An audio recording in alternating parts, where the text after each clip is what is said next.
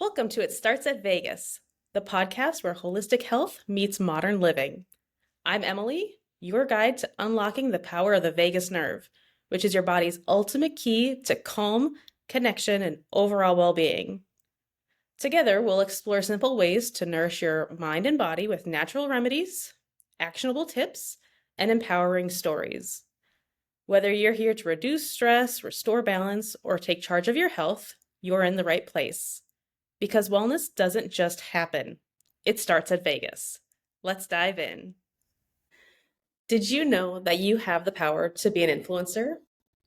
No, I'm not talking about like dancing on TikTok, but I am talking about how you can influence your autonomic nervous system in your body. Now, that autonomic nervous system, it's a lot of words, so we can short it down to just ANS. So it's the same thing, interchangeable. ANS is the autonomic nervous system. It's just shorter and it doesn't get as confusing in your head because it's just all those words. But like how it sounds, the autonomic nervous system controls the automatic functions of our body. So, for example, our heart rate. Many people think that because it's part of the autonomic nervous system and it is automatic, that we have no control over it. And that really isn't true.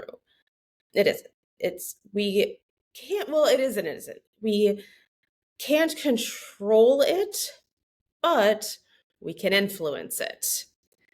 We can give our nervous system the tools and what we do with those techniques to encourage a behavior one way or the other. So, going back, for example, the heart rate. Your heart rate is going to be an automatic response. Your body says, we need to keep beating to keep you alive. And that's a good thing, it's a big deal. But we can influence it. So, if we want it to go higher, we can start exercising and get that heart really pumping and beating hard. And yes, because it's part of that ANS, that autonomic nervous system, it's automatically going to pump. But we have that influence of revving it up. And that because we can rev it up, we can also calm it down. How to do that is to activate your parasympathetic nervous system. Correction, parasympathetic, which is part of your autonomic nervous system. So let's pause for a second. We're going to come back. So the autonomic nervous system has two branches. We've got the sympathetic, which is you're scared, your fight or flight, and then your parasympathetic, which is the rest and digest state. And that is a state of what we want to be kind of our default, our main part of our nervous system. Because when we're in that parasympathetic state, we aren't in that scare. We're not going to be as anxious. And it also encourages that rest and digest. And it encourages that recovery time for our body. So going back to the exercising, if you want to go up, it's really best to learn how to calm things back down to go into that parasympathetic rest. So when you're working out and you run, and your heart is pumping up and your body goes, okay, maybe there's something scary chasing us. We better get going. But then once you're done with your workout, you really need to calm it down and say, everything's going to be okay. And that's why a lot of people choose stretching. Stretching is a slower process. And so the heart can say, okay, we don't have to run. Nothing is chasing us. And so again, we go from that high with that sympathetic rush to calming it down to the parasympathetic. And that is just one way how we can use our autonomic nervous system for whichever direction we want to go. So how does this relate to the vagus nerve? Well, the vagus nerve does control both the sympathetic and parasympathetic. It has that gateway to do both. So it's like the captain of the nervous system.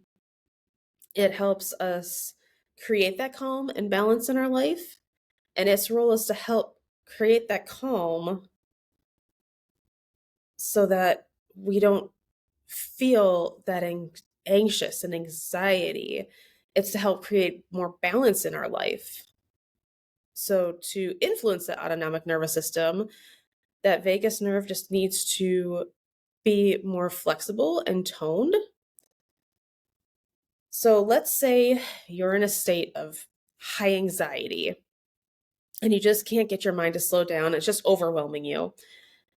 If you take a moment to recognize and say, okay, what's in my toolkit to slow it down?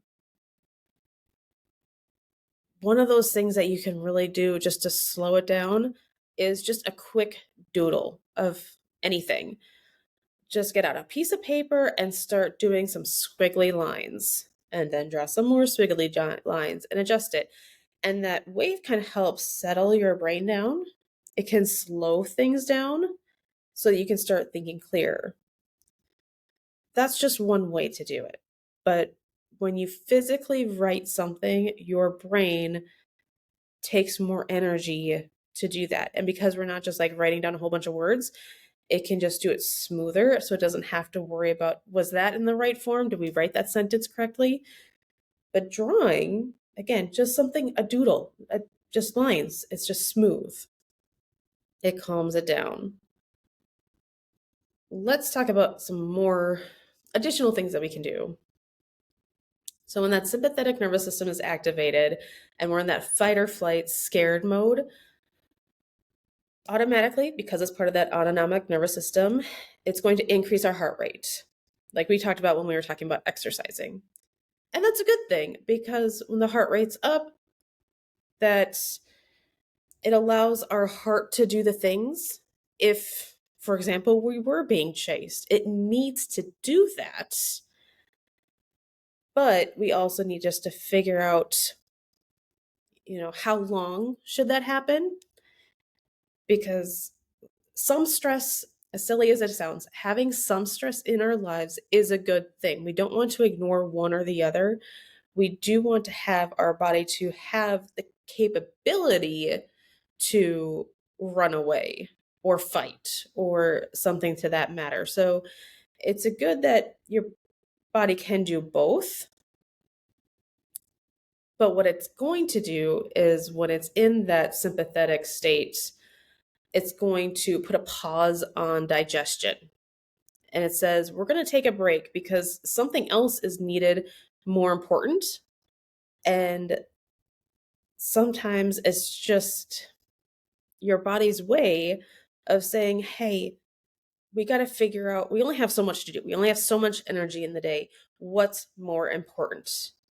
And so if you're saying, I have stress over here, then it says, okay, just put a pause on digestion, put a pause on recovery, because this is more important. And that is where you can start taking, your deep breathing, slowing down your breathing. Take a deep breath with that diaphragm. So again, back to that exercise example, after you run really hard, you need to, one, learn how to breathe correctly if you're exercising that hard, but two, doing those breathing exercises afterwards helps calm down your body. So learning how to breathe while you exercise is very important. You don't want to always do like that shallow breathing or holding your breath. You want it to be controlled. You want it to be, often we want it to be in through the nose, out the mouth. And other times we want it to be in the mouth and out the nose. It's kind of depending on what exercise you're doing, or if you're doing a breathing exercise, you want to do different ways of breathing, because we don't want to ignore one area that our body is capable of doing. So giving it a variety allows it to use all the parts, and eventually your body's able to adjust by itself and you'll calm down faster. You won't have to put in as much effort to calm and clear your thoughts.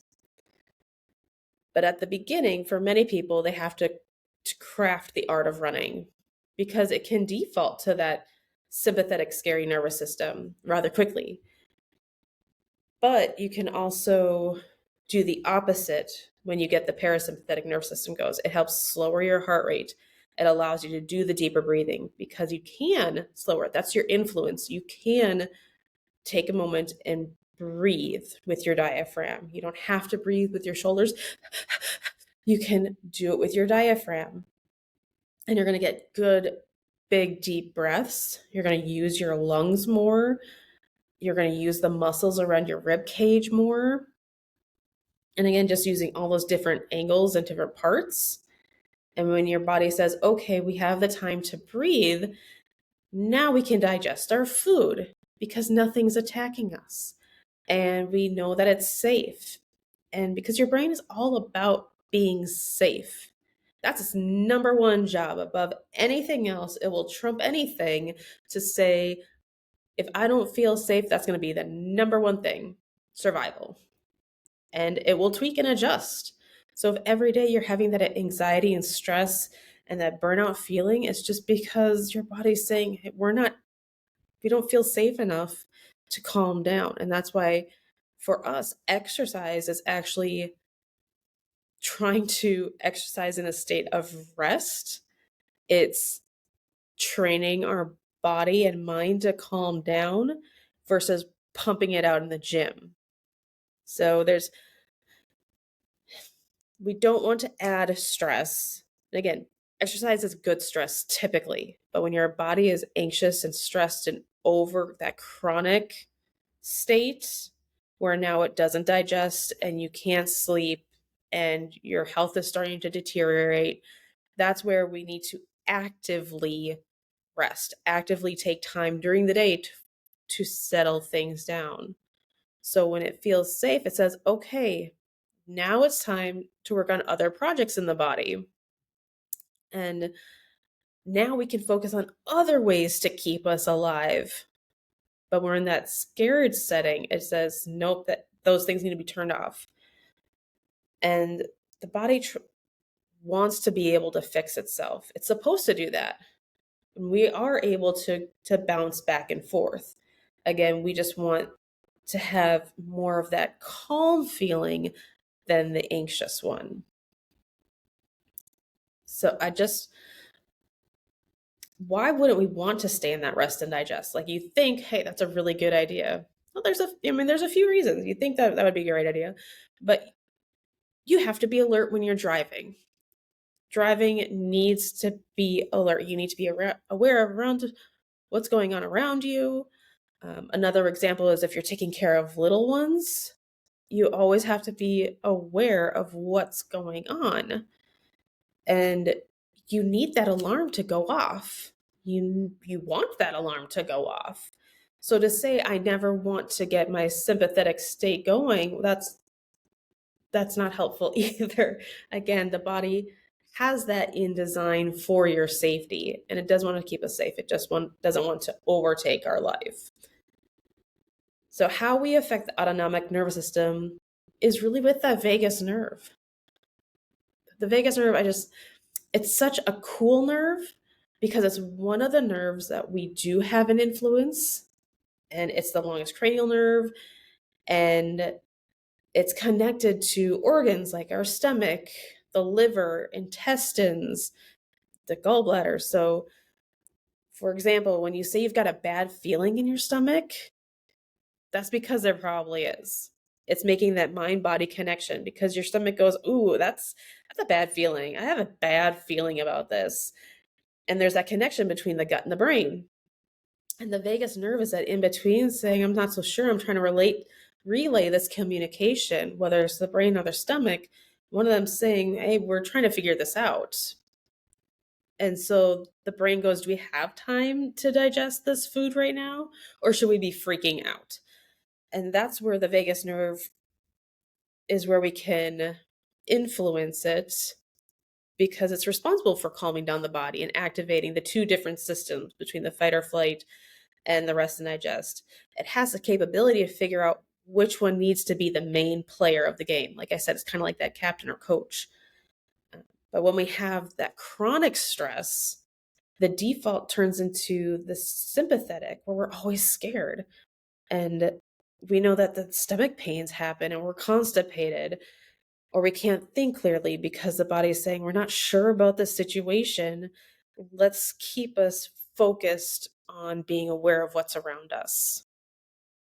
And that's where we're going to come in and we're going to say, we're going to try to break the cycle when we have that chronic anxiety and stress. And we're going to say, no, you don't need to be in this scare mode. We can calm down and we can say, all is well, we're just fine.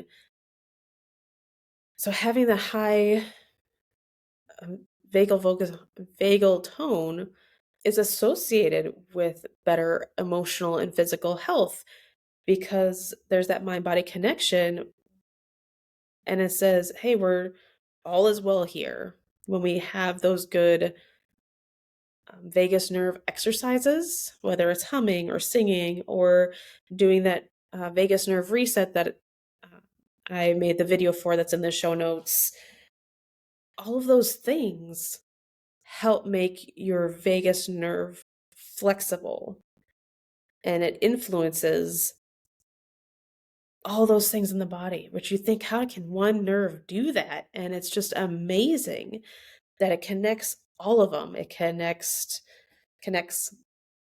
that automatic function of the ANS, where we can bounce between the sympathetic and parasympathetic. So let's talk about 3 ways that you can influence it, how you can affect your vagus nerve and the autonomic nervous system. First, let's talk about breathing techniques. Then we'll talk about the heart rate, and then we'll talk about a few digestion hacks too. So first, diaphragm breathing. Very helpful. This is how we activate that parasympathetic system. Starting to tongue-tie me. So you can do box breathing. And box breathing is just where you inhale for 4 seconds, hold your breath for 4 seconds, then exhale for 4 seconds, and then hold again for 4 seconds. And it's called box breathing because it's kind of, if you were to draw it out for 4 seconds, everything's equal like a box on all the different sides. You can also do extended exhale breathing. So inhale for 4 and then exhale for 8.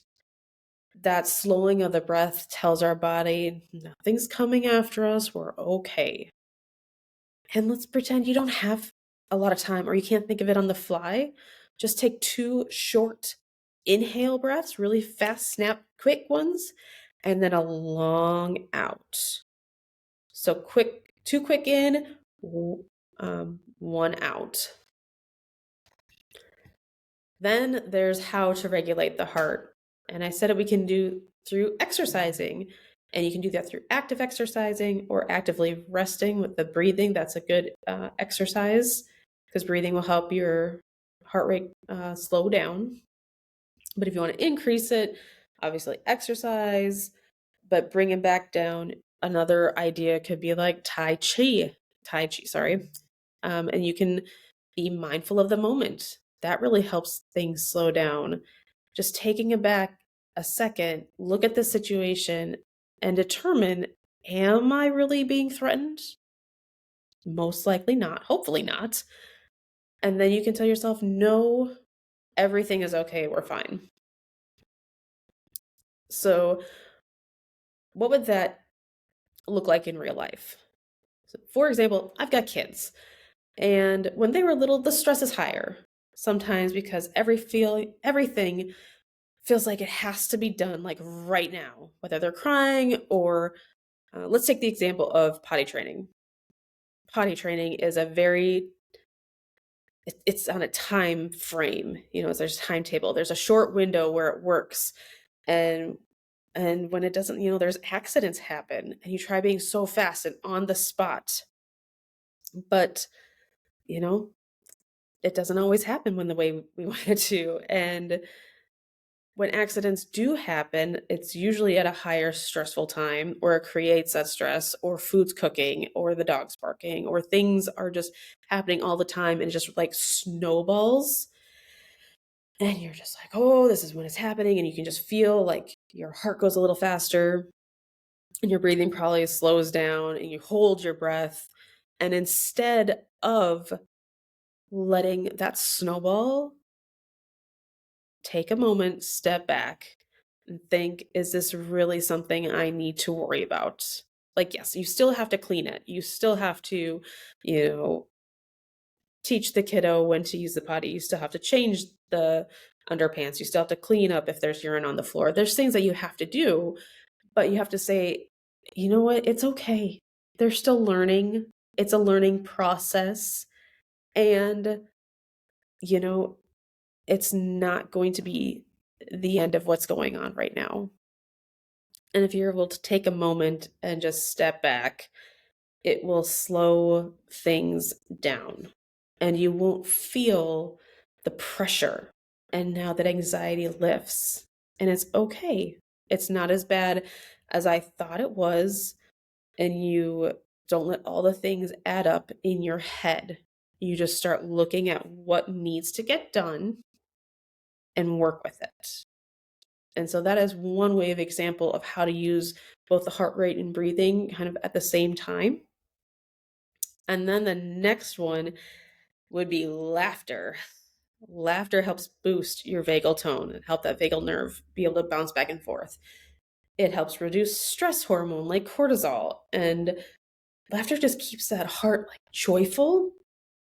And it doesn't feel heavy or weighted down. And so you start figuring out like what makes me happy? What makes me laugh throughout the day? And so you don't feel so stuck.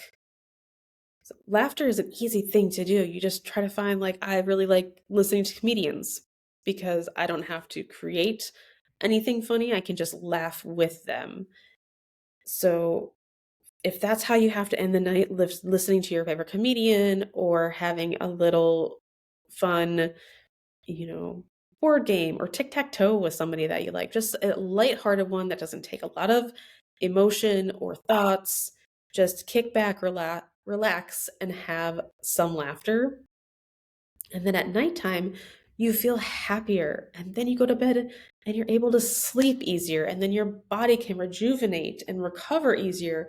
And then you sleep better and you wake up better. And then it gets that snowball effect of all the good things. And that's what you want to choose. So you want to just work with that and say, hey, we're just going to find little mini ways how to increase laughter throughout our day, especially at night. Then that goes into the digestion and how we influence it. And that is when we're laughing, we feel happier, that knot in our stomach lifts. And now your body is saying, okay, we can work on this food. We can work on absorbing nutrients.